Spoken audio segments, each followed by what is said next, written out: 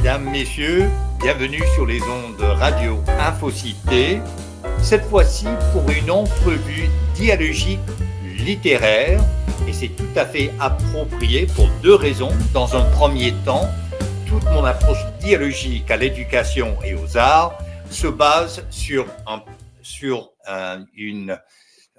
théoricien et historien russe de la littérature dont le nom est Mikhail Bakhtin, qui lui, justement, a proposé, qui a parlé de l'imaginaire dialogique dans l'histoire de la littérature.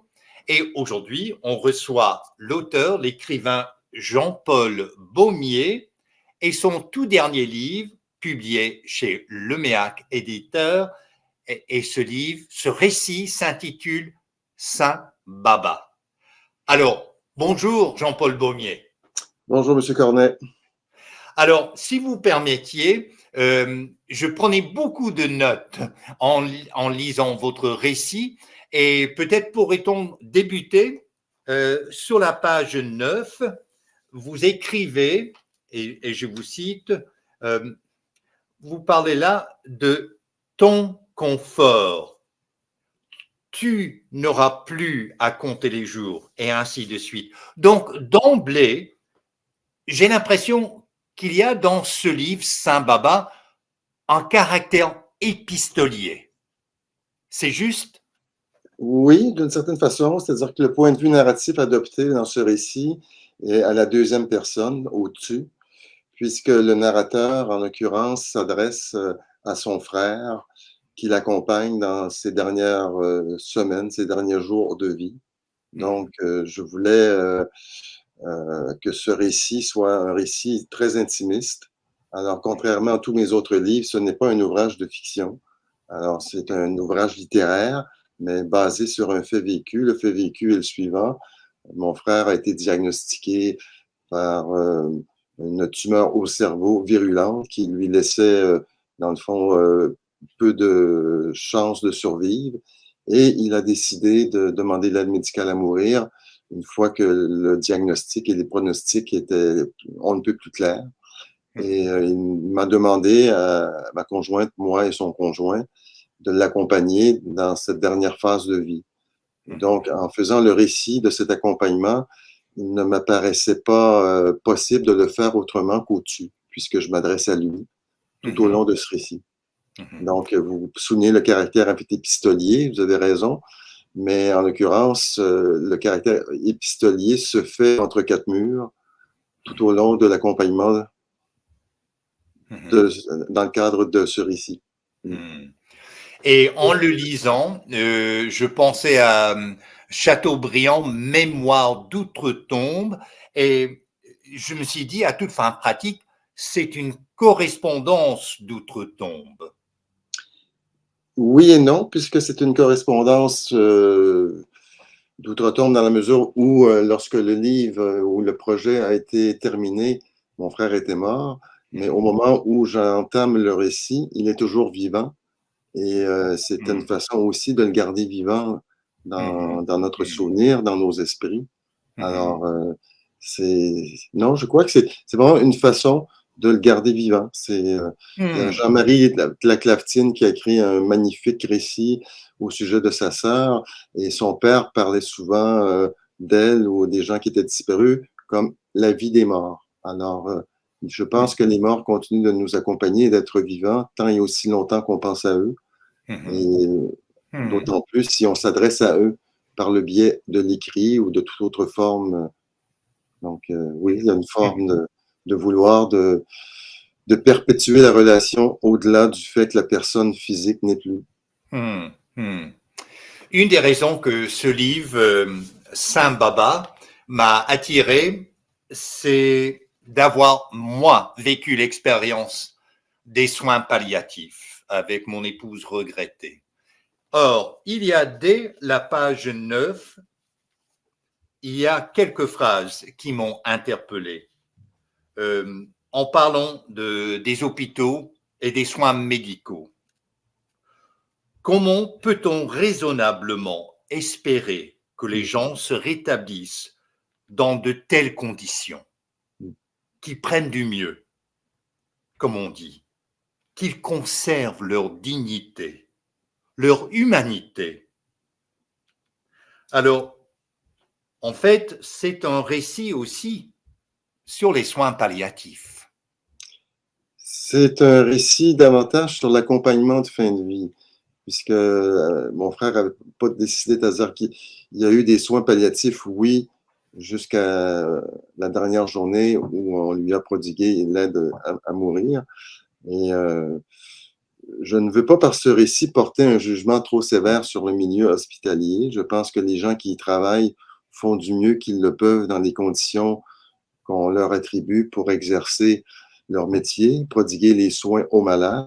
Mais on ne peut pas non plus ne pas constater l'état de délabrement de certains hôpitaux. On ne peut pas ne pas constater que le personnel surchargé oublie parfois que les gens qui sont hospitalisés ont besoin de tranquillité et on a parfois l'impression que les hôpitaux sont davantage conçus pour les gens qui y travaillent que pour les gens qu'ils accueillent et auxquels on prodigue des soins. Alors, un petit exemple, pourquoi on ne préconise pas toujours des souliers avec des semelles qui font pas de bruit quand on marche? On n'a pas éveillé les gens. C'est un petit détail, mais on entre dans les chambres à toute heure du jour et de la nuit pour diverses raisons, parfois justifiées, parfois qui me semblaient moins justifiées. Donc, on est au début du récit et on ne pouvait qu'espérer qu'ils sortent de ce cadre pour pouvoir bénéficier d'un environnement plus propice à un départ harmonieux et serein, ce qui a été le cas. Donc, le passage auquel vous faites le référence souligne le fait que c'est parfois un environnement qui, je dirais pas qu'il est déshumanisant, mais on pourrait souhaiter qu'il soit peut-être plus adapté aux gens, surtout ceux qui sont en fin de vie. Et par ce récit Saint-Baba, Jean-Paul Baumier, quand vous parlez là dans ces deux phrases, leur dignité, leur humanité, y a-t-il là un effort de sanctifier, sinon sacraliser la mort de votre frère? Je ne suis pas certain de comprendre le sens de votre question.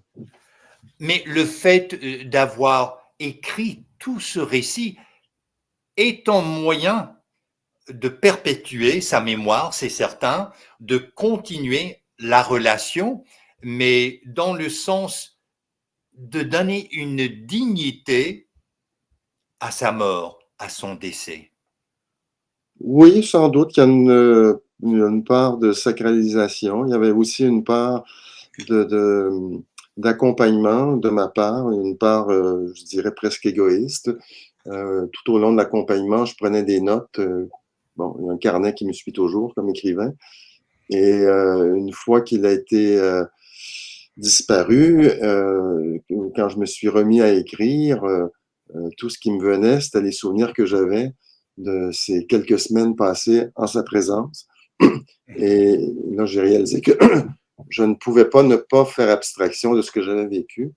Et je ne pouvais pas non plus passer à autre chose sans m'attaquer à ce récit qui, dans le fond, venait peut-être sacraliser cette relation, apaiser son départ, permettre de comprendre aussi le passage. On est tous confrontés tôt ou tard à cette étape de vie auquel personne en fait n'échappe. Donc pour moi, il y avait une question de me réapproprier ce que j'avais vécu, de le comprendre. L'écriture permet une distanciation et permet de comprendre des expériences parfois très fortes. Alors, ça a été le cas. Et aussi de lui rendre hommage, ce que vous appelez une façon de sacraliser. Moi, je dirais plus de rendre hommage à ce frère qui a été important pour moi, qui était toujours bienveillant à mon égard. Et voilà, le temps était venu à mon tour d'être bienveillant pour lui.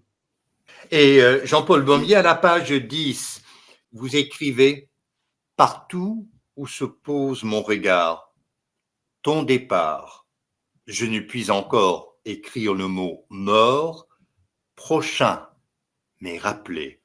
Alors là, je me suis posé la question, est-ce que pour vous, écrire ce récit était un moyen de démystifier la mort?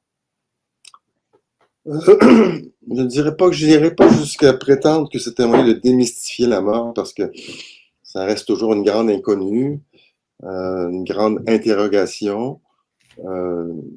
C'était probablement plus pour l'apprivoiser. Je pense que le terme apprivoiser, pour moi, serait plus juste. Hmm. La comprendre, l'apprivoiser. Il y avait eu le deuil de mes parents qui ont précédé. Mhm. Dans la fratrie, c'est autre chose. Et j'imagine que si à mon tour je devais perdre ma conjointe ou un enfant, le deuil serait autre. Hmm. L'apprivoisement Hmm. serait tout autre. Alors, Hmm. je le voyais plus en termes d'apprivoiser euh, cette mort de quelqu'un qui était très près, dont la mort n'était pas attendue aussi, Hmm. aussitôt. Mhm. Alors, Mhm. comme je pense que c'est Julian Barnes qui disait ça dans un de ses récits, les morts partent toujours trop tôt, ceux qu'on aime. Mhm. Mhm. Donc, il faut Mhm. apprendre à l'accepter et à apprivoiser cette réalité. Mhm. Mhm. Alors, il y Mhm. avait cette tentative et l'écrit permet, puisque c'est mon outil premier, me permet à la fois de mieux comprendre, d'approcher et de vivre. J'ouvre mon carnet, je note le lieu, le jour, je relève la tête, te regarde. Que vais-je écrire? Que dois-je écrire? Donc, en fait, il s'agit d'un journal de bord à travers cette expérience ultime avec votre frère. Oui, effectivement, le carnet était comme un journal de bord qui, tout au long de l'accompagnement, où on lui prodiguait des soins, où je lui faisais de la lecture, il y avait des soins physiques, les soins moraux, l'accompagnement.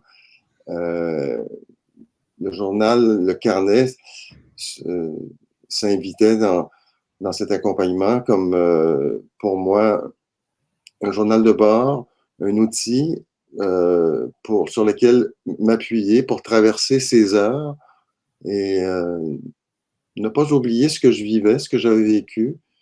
Et comme je le mentionnais tout à l'heure, me permettre, en prenant des notes, en, en consignant quelques phrases, d'essayer de comprendre ce que je vivais en fait, à ses côtés, Mhm. d'être présent, de m'ancrer dans le réel, puisque durant ces semaines, le temps avait une toute autre tessiture, une autre dimension, une autre couleur. Alors, le carnet m'ancrait dans le présent.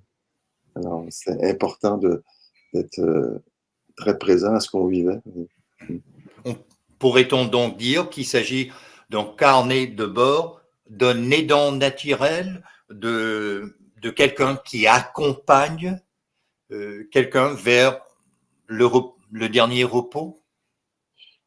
On pourrait le présenter comme ceci. Au moment où je le faisais, comme je disais, c'était pas dans l'intention, j'avais pas l'intention au point de départ de faire un récit de cet accompagnement.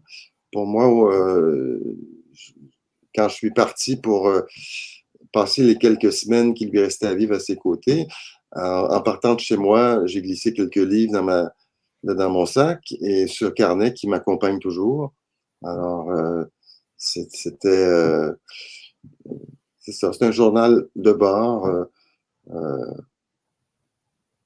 Comme chaque jour que je prends des notes de ce qui se passe dans ma vie, que ce soit des événements extérieurs ou qui sont plus près de moi. Alors que dans le cas présent, les pages consacrées à cet accompagnement étaient vraiment centrées sur ce qui se passait chez lui à Saint-Baba, dans sa maison de campagne, sur le rang, où tout tournait maintenant autour de cet accompagnement. Alors, les notes que je transcrivais dans mon carnet étaient centrées sur ce qu'on vivait. Mais si je crois comprendre, sans idée préconçue que ça allait devenir un récit, voire un livre publié. C'était Exactement, sur le jet, dans l'instant même. exactement, exactement. La preuve en est d'ailleurs que quand j'ai décidé d'en faire un récit quelques mois plus tard, Alors, il fallait, le défi était de prendre les notes consignées dans ce carnet et d'en faire un livre, un objet littéraire. Donc, il y a eu tout un travail de réécriture et un Mhm. travail de choix. Mhm. Alors, tout n'était pas ce n'est pas un copier-coller de ce qu'il y avait dans mon carnet ou de ce qu'on vivait. Il y a eu tout un travail de réécriture, de choisir d'une part, comme on le disait en début d'entretien, le point de vue narratif que j'allais en faire retenir. Alors, Mhm. dans mon carnet, je ne m'adresse pas à lui au-dessus, je prends des notes de façon Mhm. plus informelle, plus anonyme, mais au moment de l'écriture du récit, donc la première question qui se posait, quel était le point de vue narratif que j'allais en fait adopter? Et à partir de là, quels étaient les événements que j'allais en fait retenir? Parce que euh, les 21 journées passées à ses côtés, je n'ai pas tout consigné dans ce récit. Le défi était de ne retenir ce qui était significatif pour illustrer un accompagnement que je voulais non pas euh, larmoyant, mais heureux, tendre et lumineux. Donc, il fallait insérer dans ce récit ce qui permettait de souligner que son choix avait été de partir de façon sereine après le constat que ce qui lui restait comme perspective de vie était très peu souriant. Alors, il avait fait le constat qu'il avait fait une belle vie et il voulait quitter cette terre le plus librement et le plus sereinement. Mhm. Donc, l'écriture devait rendre compte aussi de ce choix de vie. Mhm. De Mhm. cette, c'est ça. Je dois dire, un des attraits de ces récits, Saint Baba, et ça, là je m'adresse à l'auditoire de Radio Infocité, c'est que je lisais des phrases, des passages d'une franchise désarmante. Parfois même, je lisais une seule phrase, je me suis levé et je marchais dans la maison parce que ça me rappelait ce que c'était de vivre les derniers jours de mon épouse regrettée. Et quand je lis cette phrase de la part d'un écrivain chevronné, je me dis, mais quelle honnêteté de sa part. Vous écrivez à la page 10, à quoi bon chercher refuge dans ce carnet? Il y avait un questionnement de vous-même. Ah oui, tout à fait. J'étais confronté moi-même à le terme de franchise, de sincérité. Je pense qu'il est important. Comme écrivain de fiction, j'ai toujours œuvré dans un univers où j'inventais des personnages, des situations qui pouvaient parfois reposer sur des faits réels. Mais dans le cas de cet accompagnement, de ce récit, qui était dans le fond non seulement sur un fait réel, mais que je voulais sans filtre de fiction, c'était de rendre le plus sincèrement, le plus justement possible la dernière relation, le dernier accompagnement d'un être aimé, tout en faisant un livre, un objet littéraire qui mérite d'être lu pour ce qu'il est aussi, un livre, avec tout le soin qu'on peut mettre à choisir chacun des mots, chacune des phrases, pour rendre compte de cette expérience que je voulais sans filtre de fiction. Mais ça ne veut pas dire qu'il n'y a pas de filtre littéraire. Toute la différence entre... Il y avait un engagement total de ma part dans ce récit, différent que ce que j'ai pu vivre ou mettre dans mes autres livres. Cette phrase m'intrigue, son filtre de fiction. Mm. Souvent, dans les ateliers dialogiques que je présente depuis 36 ans, je parle de la distance chronologique et de la distance psychologique. Est-ce que pour vous, la fiction crée, à toute fin pratique, une distance psychologique, alors que là, dans ce récit Saint Baba, tout est sur le vif? Ben, je vous donne l'exemple suivant. Je me souviens qu'à l'apparition de mon premier livre, les gens que je croisais dans la rue qui me connaissaient me disaient dans ton recueil, telle nouvelle qui est au jeu, je ne pensais pas que tu pensais telle chose ou tout ça. Je disais non, non, non, c'est un personnage. N'oubliez pas que Ah, je est un autre. Alors que dans Saint-Baba, il n'y a plus ce fil. Je n'est plus un autre. Le je qui écrit est vraiment en osmose Hmm. avec le narrateur. Alors, Hmm. dans Saint-Baba, l'auteur et le narrateur ne font qu'un, ce qui n'est pas le cas dans mes ouvrages de fiction. Alors, d'où le terme de récit, d'où le choix de retenir les mêmes prénoms. Ce ne pas des prénoms fictifs, ni Hmm. celui de mon frère, ni celui du narrateur qui l'accompagne, ni celui de ma conjointe, ni celui de son conjoint, ni le nom du lieu, ni Hmm. le nom des enfants qui viennent, qui sont mes enfants. Donc, je ne pouvais pas, ça aurait été aller à contresens de Hmm. ce que je voulais avec ce récit, que de masquer la réalité, d'emprunter d'autres noms. Alors, pour que ça sonne juste, il Hmm. fallait qu'il y ait une osmose entre le narrateur et les personnages qui l'accompagnent. Et il en allait de même aussi pour tous les autres personnages, personnes qui interviennent dans le cadre du récit. Hmm. Hmm. Et on avance à la page 16. Et ce qui m'a fasciné tout au long du récit, il y a à quelques moments, vous regardiez des photos, et parfois avec votre frère. Ouais. Et donc, à la page 16, on lit, c'est Pierre qui avait pris cette photo. Il avait aménagé une chambre noire au sous-sol et rêvait déjà de devenir cinéaste. Et j'avais l'impression, dans ce récit, on parle des albums de photos, des albums de photos familiales, mais ici, dans le récit Saint-Baba, c'est un album familial littéraire. Oui, c'est vrai, l'image est très juste. Alors, il y a un parallèle qui peut être fait entre chacune des sections, d'ailleurs très courtes, qui pourrait faire office d'une photographie dans un album visuel. Vous avez tout à fait raison.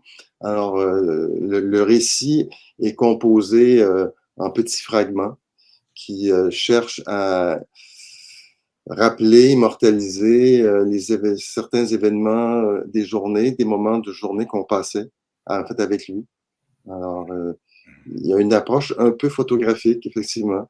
D'ailleurs, c'est assez en fait amusant parce qu'un des premiers récits contemporains à avoir été écrit sur le deuil, ça il a été par en fait Roland Barthes, après le Ah ouais. décès de sa mère. Et on aura mis 30 quelques années avant de publier ces récits. Et c'est en publiant La Chambre claire, un essai sur la photographie dans lequel il aborde le thème du deuil, il en est arrivé à accepter d'aborder ce thème par le biais de la photographie. Donc, il y a comme une sorte de détour qui lui permettait, par, je dirais pas un artifice, mais par ce détour, d'aborder le thème du deuil qu'il considérait peut-être pas à la hauteur des motifs littéraires sur lesquels il avait travaillé jusqu'à ce jour. Donc, dans le récit, effectivement, Saint-Baba, toute la structure pourrait. D'ailleurs, c'est étonnant puisque au point de départ, j'avais pensé que un illustrateur aurait très bien pu, à la fin de chacun des fragments, faire un dessin à main levée en noir et blanc sur, sur un geste, une pose décrit par chacun de ces fragments. Donc, il y a un côté visuel, je pense, qui est aussi très fort. Oui, et vous parlez de Roland Barthes. Je pense d'emblée à Jacques Lacan, psychiatre, psychanalyste, théoricien également. L'importance de la photo et du miroir, ce regard, de s'apercevoir en reflet. Donc, il y a ponctuellement des reflets de soi-même, de vous-même, de votre frère, de votre mère, de la famille. Très, très intéressant dans un sens lancanien. Mais en tant que spécialiste en sciences des religions, il y a autre chose qui m'interpelle dans ce récit Saint-Baba. On parle en philosophie, de même qu'en théologie, que quel est le dénominateur commun? C'est de se poser ce qu'on appelle des questions ultimes. Le sens de l'existence, par exemple. Or, à la toute fin de la page 17, Voilà, à mon humble avis, une question ultime. Pourquoi faut-il que ton chemin s'arrête ici? Vous vous êtes posé beaucoup de questions dans ce récit. Oui, enfin, c'est un récit qui soulève les questions, effectivement, le sens de l'existence, qui prend une dimension, une profondeur, je pense, plus grande au fur et à mesure que nous vieillissons et que nous connaissons des pertes d'êtres chers. Cette question devient prépondérante et au fur et à mesure qu'on vit, on se rend compte que les questions sont plus importantes que les réponses qu'on attendait plus jeunes. Alors, donc, ça prend tout son sens. Et par cette question que vous soulevez, effectivement, mon frère n'avait que 71 ans. Alors, de nos jours, c'est un âge il pouvait en fait espérer vivre encore plusieurs années puisqu'il n'était pas malade. Alors, c'est un accident de parcours subi. Alors, il est parti en l'espace de quoi, 2 mois. Hein? Donc, la question se pose pourquoi? Et pourquoi lui? Pourquoi pas moi? Alors, oui, ça soulève toute la question. La seule qui mérite qu'on s'y attarde, je pense, jour après jour. Et je suis pas certain que personnellement j'y trouverai aucune réponse, mais c'est une question qui m'habite. Et à la page 22, vous écrivez « Comment vais-je aborder la question avec toi ?» Donc, à toute fin pratique, vous et votre frère ont cheminé ensemble vers ces questions ultimes. Oui, oui. D'ailleurs, ben, pour la question, il fallait d'une part, moi, que je valide avec lui une date, la date qui aurait été son départ. Donc, il y avait non seulement une question d'ordre philosophique, mais très, très pratique. Alors, il fallait arrêter une date pour qu'un médecin vienne chez lui pour lui prodiguer les derniers soins d'aide médicale à mourir. Donc, la question devenait non plus une simple discussion sur la vie et la mort, mais bon, il fallait l'ancrer dans le présent. Alors, dans le cursus des jours, des heures. Alors, et c'est là où on voit que la mort n'est pas détachée de la vie. Elle en fait partie. L'ancrer dans le présent. Or, justement, à la page 23, vous écrivez « Il nous faut apprendre à vivre chacune de ces journées dans une temporalité autre que celle à laquelle nous sommes habitués. » Or, ça m'intrigue, une temporalité autre. Donc, il y a cet équivoque, pour ne pas dire une dialectique entre le présent et une temporalité autre. Quand on vit des situations comme celle d'accompagnement d'une personne, c'est comme si tout ce qui constitue le bruit extérieur ambiant, ça disparaît pour se concentrer sur ce qu'on vit avec une personne, que ce soit un conjoint, une conjointe, dans ce cas-ci, un frère ou un enfant. Donc, c'est comme si tout le reste perdait à la fois de son importance et de son poids. Donc, la temporalité s'égrenait presque de minute en minute et non pas de semaine ou de semaines et de mois. Donc, alors que lorsque on est, je dirais, dans une normalité temporelle, on est entraîné par le flux de nos activités quotidiennes, des responsabilités, des projets. Et là, c'est comme, on vivait comme dans une parenthèse, une parenthèse temporelle, où tout devient beaucoup plus aigu.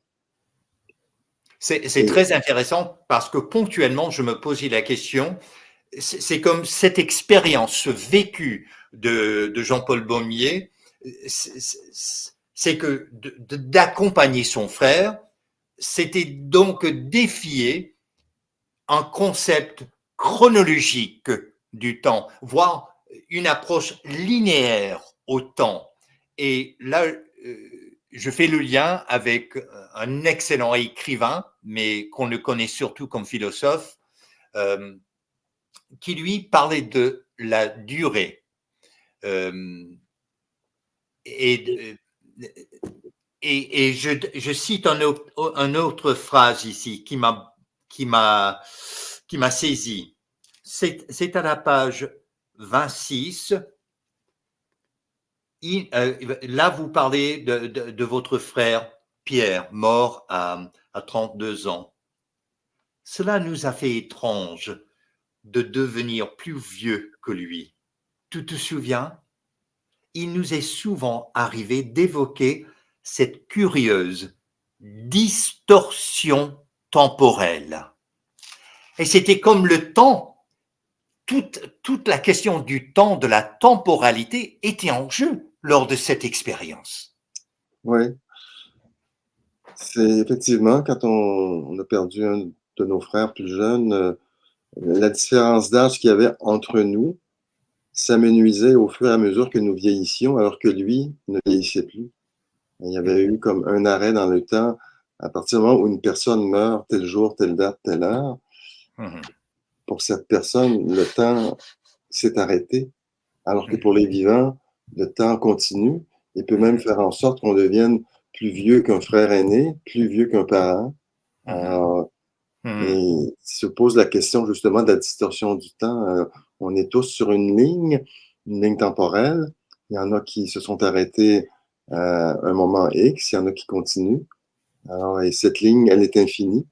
Et nous qui cheminons sur cette ligne, nous ne savons pas à quel moment nous nous arrêterons, mais nous savons à quel moment s'arrêtent les gens qui nous ont précédés. Et lorsque nous transgressons cette limite qui pouvait nous séparer en termes d'âge avec quelqu'un, ça nous fait en fait étrange de devenir plus vieux qu'un frère aîné. Alors, c'est ce que je voulais en fait souligner. Pardon. Et on avance à la page 33. Vous permettiez, vous écrivez quelque chose, d'autres phrases qui m'ont saisi en quelque sorte. En ce moment, les paroles sont inutiles. Alors, quelle ironie pour un écrivain de dire que les paroles sont inutiles. Et pourtant, vous avez persévéré, vous avez continué à écrire des paroles, vous insistiez même. Donc, il y a comme vous viviez une contradiction comme écrivain. Oui, tout à fait. C'est-à-dire que lorsque c'est le seul outil, le seul moyen qu'on a pour appréhender, comprendre certains mystères de la vie. Et dans le fond, l'écrit nous aide à comprendre ce qu'on vit. Moi, j'ai besoin de ça souvent, de prendre un certain recul, de consigner par écrit ce que je vis. Et c'est là où j'arrive à tirer du sens de certaines expériences. Alors que dans le cas présent, accompagner quelqu'un d'aussi près de moi et de façon aussi intense, mais chaque moment était à découvrir, à saisir le sens de tout ça. Donc, est-ce que tous les mots, les phrases que j'avais à ma disposition étaient suffisants? Par moments, j'avais l'impression que non, tout en sachant que c'était les seuls qui étaient à ma portée pour, pour le vivre et le comprendre. Voilà. Alors, quand vous écriviez cela, en ce moment, les paroles sont inutiles, je me suis dit, est-ce que Jean-Paul Bonnier était donc dans une quête de mettre en mots ce qui est au fond ineffable, voire indicible? On est tous confrontés à cette situation tôt ou tard face à un ami qui vient de perdre sa conjointe, un père ou une mère, et qu'on va pour le réconforter.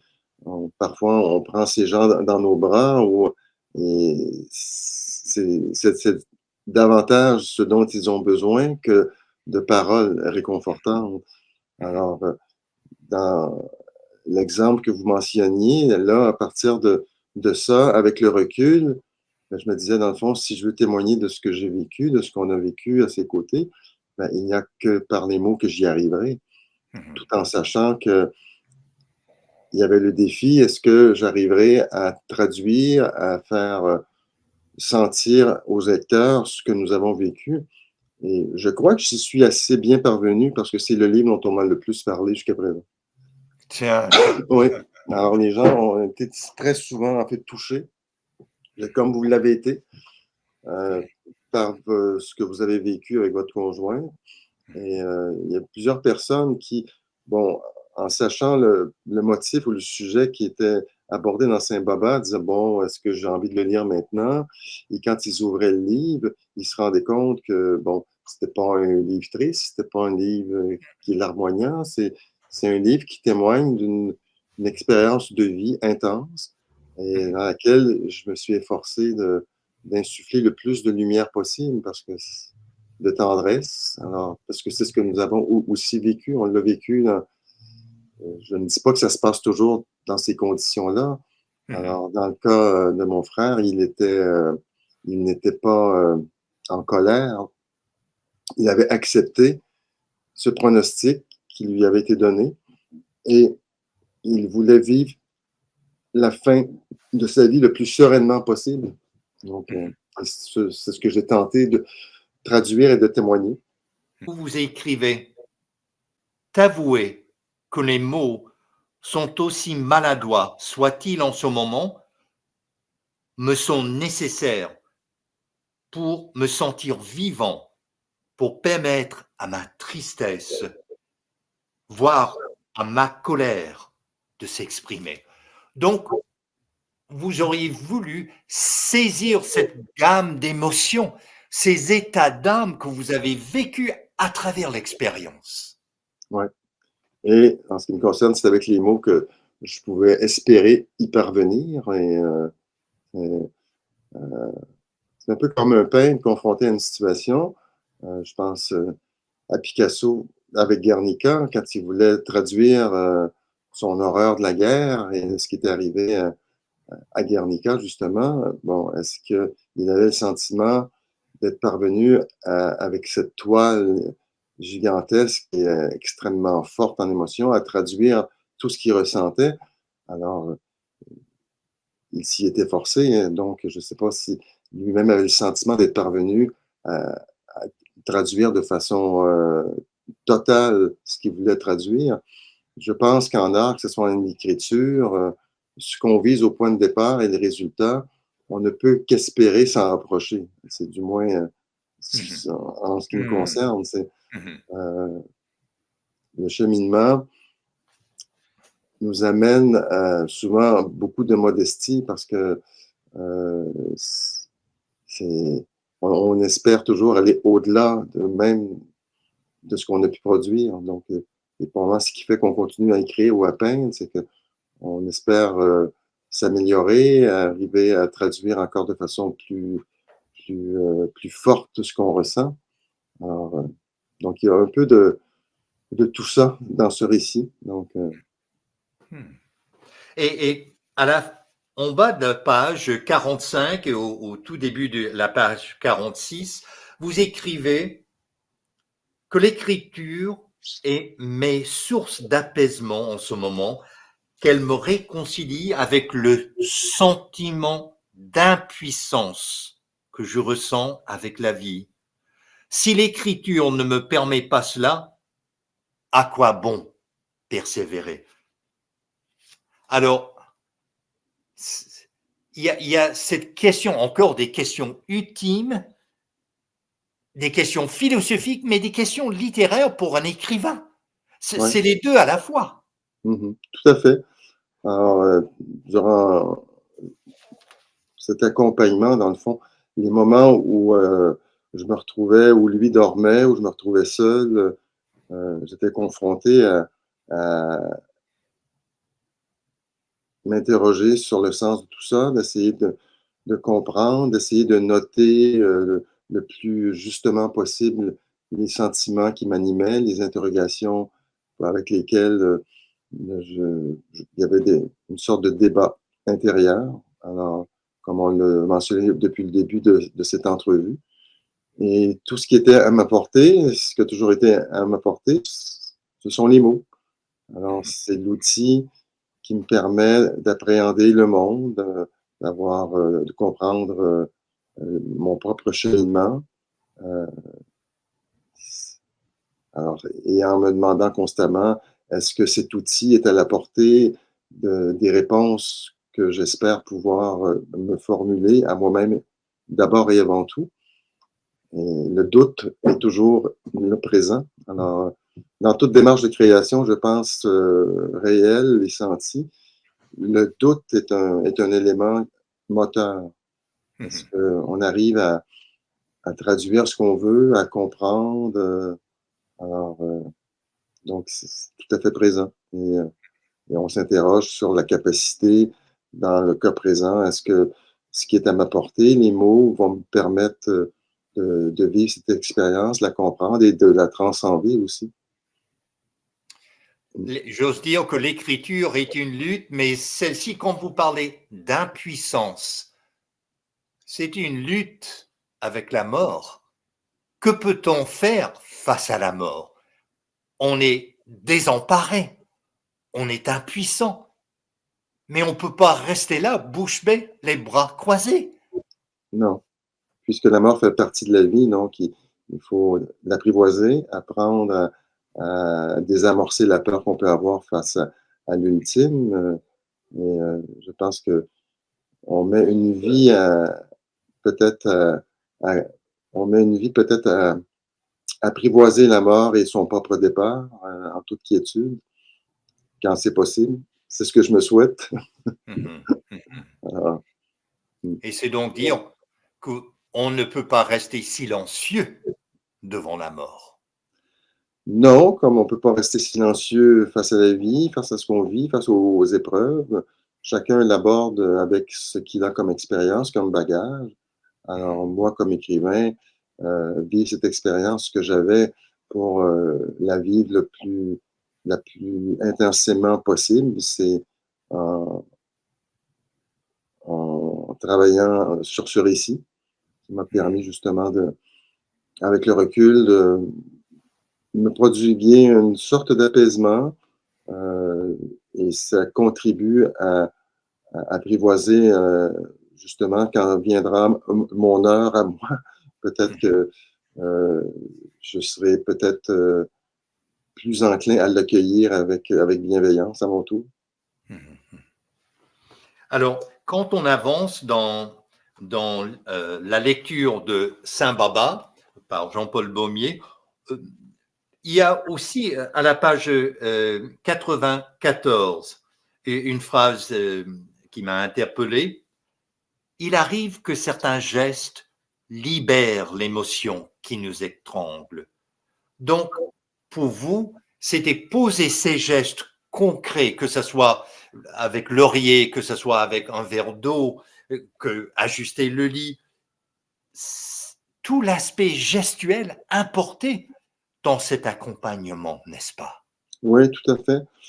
Mais quand c'est pas notre métier d'être un aidant naturel, donc on l'apprend, j'allais dire minute après minute, et quand on est confronté à une réalité pour laquelle on se sent très impuissant, alors l'issue est connue, et on ne peut rien y changer, et on est là pour aider, apaiser, réconforter. Alors chaque petit geste qui y contribue, non seulement adoucit celui qui en bénéficie, mais adoucit aussi celui qui prodigue ses gestes, parce que là, il se sent quelque part utile, il combat cette impression d'assister de façon impuissante à quelque chose qui le dépasse.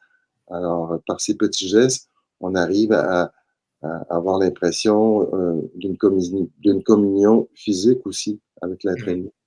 Alors, c'est pas juste en échangeant des paroles, mais alors souvent, par rapport aux gens, il arrive un moment où on a peut-être peur de les toucher, alors qu'au contraire, les gestes deviennent de plus en plus importants.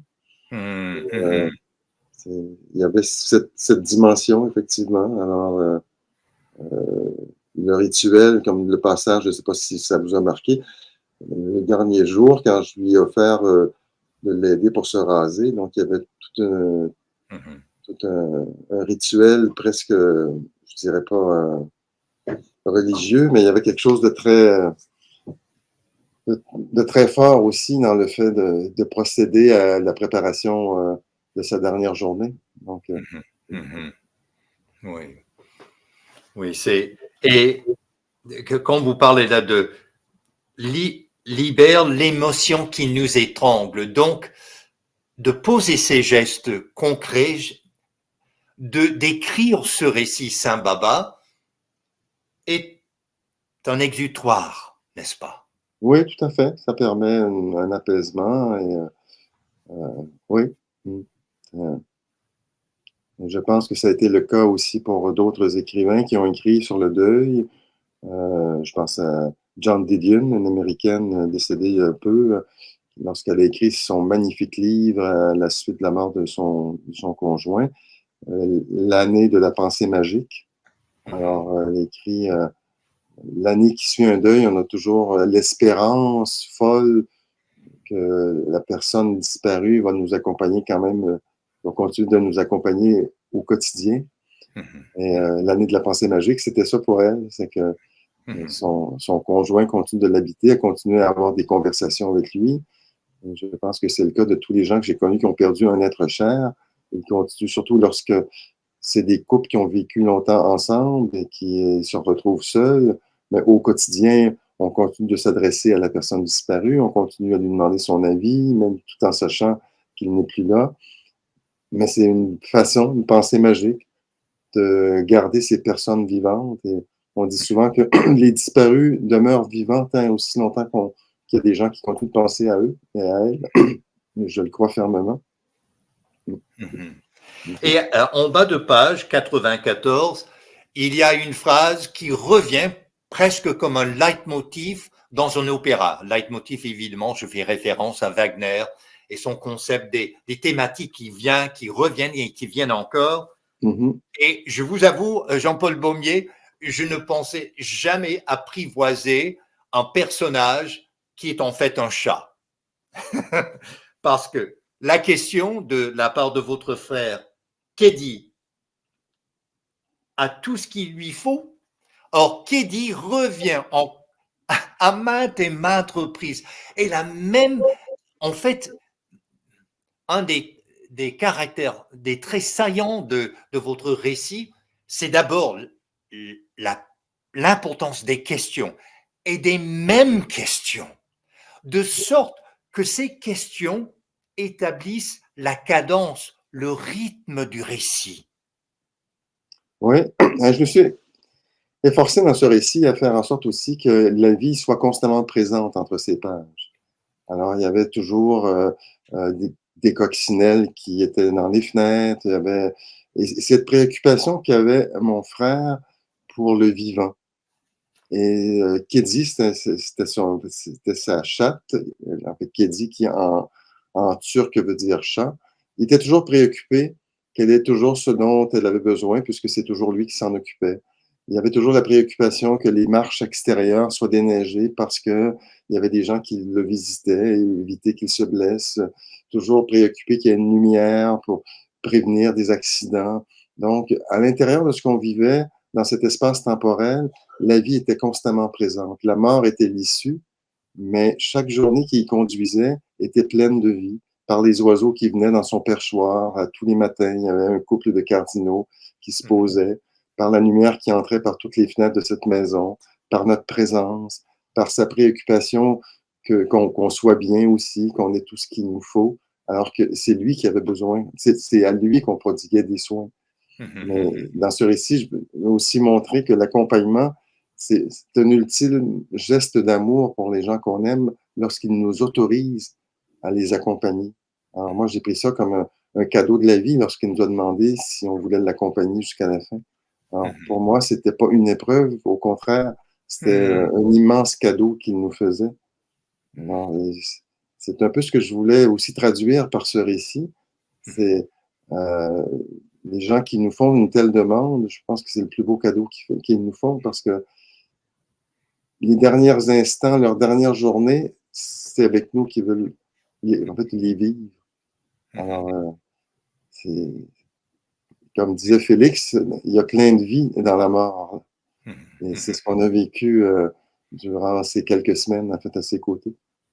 Et le fait qu'il posait beaucoup de questions et toujours les mêmes questions constamment, comme vous le soulignez ponctuellement à travers le récit, on a l'impression aussi qu'on est figé dans un espace-temps permanent.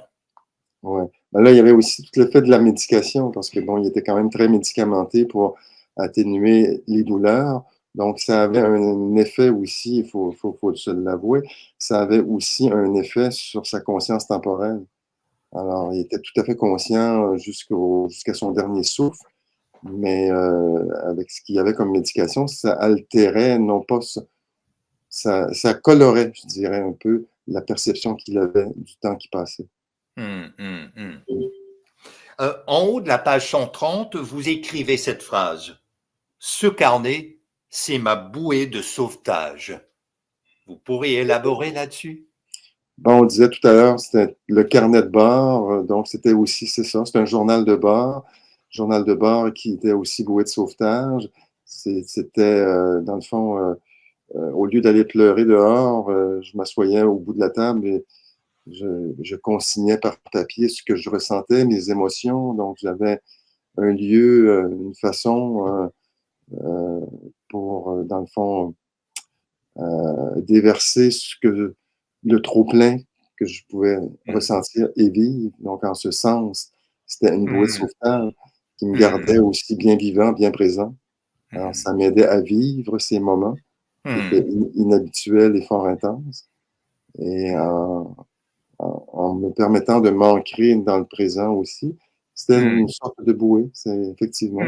Et, ça me permettait de continuer à écrire. Écrire pour un écrivain, c'est une façon là, de respirer et de vivre. Donc, alors, il y a tout ça qui est peut-être sous-entendu dans le fait que je mentionne que c'est une bouée de sauvetage. Et, malgré l'intensité et l'issue qu'on connaissait, ben, la vie continuait et je pouvais, comme vivant, continuer à la vivre de la façon dont je la vivais jusqu'à ce jour. Et vers la fin du récit, à la page 132-133, il y a ce que j'estime est un passage qui constitue à toute fin pratique un dénouement et un point tournant dans le récit. Je le lis à l'instant. Encore en parlant des photos. Je te montre la photo et tandis que tu replonges dans ce passé qui appartient déjà à un monde disparu, un monde que tu t'apprêtes à quitter. Je te demande si tu as eu une enfance heureuse. Ma question n'est pas préméditée. Elle m'est venue spontanément en regardant ta photo. Tu tends la main afin de l'approcher de ton visage. Tu mets un temps à me répondre, le regard fixe. Oui, mais pas tout le temps. Quelques secondes passent avant que je te demande alors pourquoi, même si je connaissais déjà la réponse. Parce que je savais que j'étais différent. Un dénouement? Oui, on peut y voir un dénouement. Effectivement, c'est un des passages, je pense, forts de ce récit. Malgré le lien qui nous unissait, un lien le fraternel très fort. On avait 6 ans de différence. Il était mon aîné de 6 ans. Et c'est vrai, je pense, pour toute relation humaine. Il y a toujours des zones secrètes, des zones qu'on devine sans nécessairement toujours les aborder avec la personne. Et lorsqu'on sait que la personne s'apprête à nous quitter, je dirais pas la gêne, mais la réserve qui pouvait parfois nous empêcher d'aborder certains sujets peut devenir totalement inutile. Et on se permet parfois de soulever des questions euh, qu'on n'aurait peut-être pas soulevées si on avait été dans une situation autre, Mhm. pour permettre à la personne de nous répondre en toute franchise. Mhm. Donc, ce passage illustre dans le fond que au moment du dernier départ, je pense que tous les masques, toutes les réserves, toutes les... En fait, tout ça tombe. Et on Mhm. se retrouve deux êtres humains l'un en face de l'autre avec ce qui a été, ce qui nous a fait à la fois grand et fragile, Mhm. petit parfois et mesquin. Et là, on est vraiment, c'est ça, nu face à nous-mêmes, je dirais, nu face à l'autre, et d'accepter cet état. Mais je pense que c'est important, puisque là, euh, ce sont les derniers moments où on peut encore confier des choses, se permettre d'écouter aussi. Voilà. Jean-Paul Baumier, à la page 138, il y a une phrase qui m'a pris à la gorge. La mort douce exige davantage que la chimie. Vous pourrez élaborer là-dessus. Oui, en fait, ce que je voulais dire par là, c'est que, comme je l'ai mentionné tout à l'heure, Alain était médicamenté, il ne souffrait pas, il y avait tout ce qu'il fallait comme potion médicamenteuse pour faire en sorte d'éviter toute souffrance physique, mais il demeure une souffrance morale qui peut être présente. Et je pense que la présence d'être aimé, l'acceptation aussi, je pense que pour lui, le fait qu'on ait accepté sa décision, le fait que son conjoint accepte de le laisser partir aussi le jour même de son anniversaire, c'était lui faire un grand cadeau. Et c'est ça, c'est le fait de mourir ou de partir plutôt serein, entouré des gens qu'on aime. C'est, il n'y a pas que la chimie qui permet ça. Je pense que la présence des êtres aimés peut contribuer à quitter ce monde de façon apaisée. Et au long de ce récit, je disais, vous posiez des questions ultimes, comme on fait en philosophie.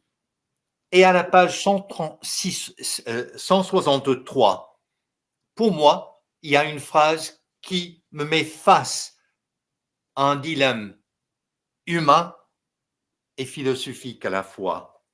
À la page 163, les outils pour mesurer la perte ne me sont pas encore tous connus.